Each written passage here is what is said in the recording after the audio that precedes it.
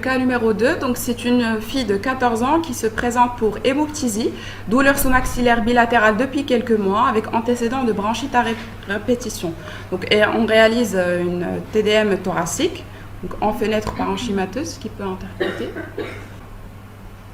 Alors effectivement, la TDM montre une dextrocardie avec inversion des gros vaisseaux. La TDM abdominale montre un situs inversus complet avec une localisation droite de la rate, de l'estomac et gauche du foie et de la vésicule biliaire.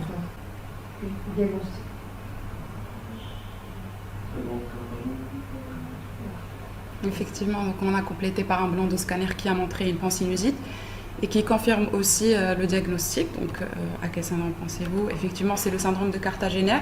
C'est une dyskinésie ciliaire, une maladie congénitale rare à transmission autosomique récessive caractérisée par la triade dilatation des branches, sinusite chronique et situs inversus, avec une incidence de 1 sur 30 de 1000 naissances vivantes.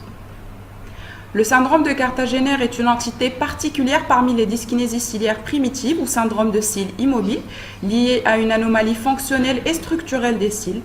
Comme conséquence, on aura une altération du transport mucociliaire dans le tractus respiratoire, avec des infections respiratoires chroniques et ORL, et un dysfonctionnement des flagelles des spermatozoïdes, ce qui peut causer une infertilité chez l'adulte.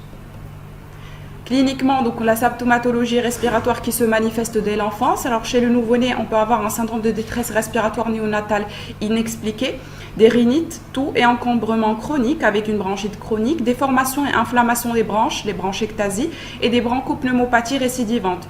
Pour la symptomatologie ORL, on a la sinusite et la polypose nasosinusienne qui est pathognomonique et on a l'otite chronique.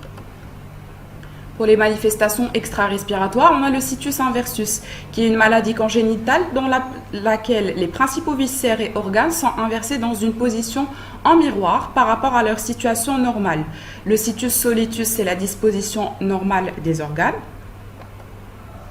Le situs inversus complet, donc c'est un effet miroir. À droite, on a le cœur, l'estomac et la rate. À gauche, foie et vésicule biliaire. Le poumon gauche, on a 3 lobes. Le poumon droit, 2 lobes. Les vaisseaux sanguins, les nerfs, les vaisseaux lymphatiques et les intestins sont également transposés.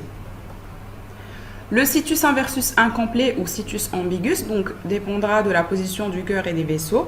En position normale, on parle de lévocardie. Alors si les organes sont inversés, on parle de situs inversus abdominalis. Si le cœur est à droite, on parle de dextrocardie. Si les organes sont en position normale, on parle de situs inversus thoracalis. Alors, on a une association à des malformations cardiaques à type d'anomalie du septum interauriculaire, une communication interventriculaire, un ventricule unique, une sténose pulmonaire, une hypoplasie de l'arbre vasculaire des poumons, une hypertension artérielle pulmonaire.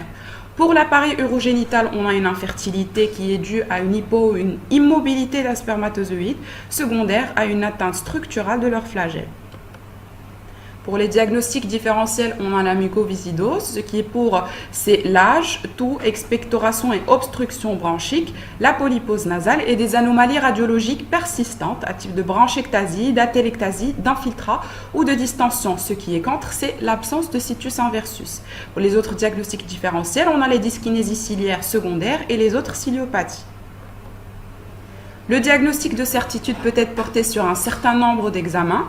L'étude des cellules ciliaires prélevées lors d'un brossage ou d'une biopsie de la muqueuse ciliaire au niveau nasal ou tout simplement l'étude de la mobilité des spermatozoïdes chez l'adulte.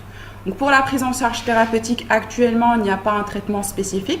On peut faire une kinésithérapie de drainage bronchique, une antibiothérapie en période de surinfection respiratoire, couverture vaccinale et une surveillance cardiaque. Merci.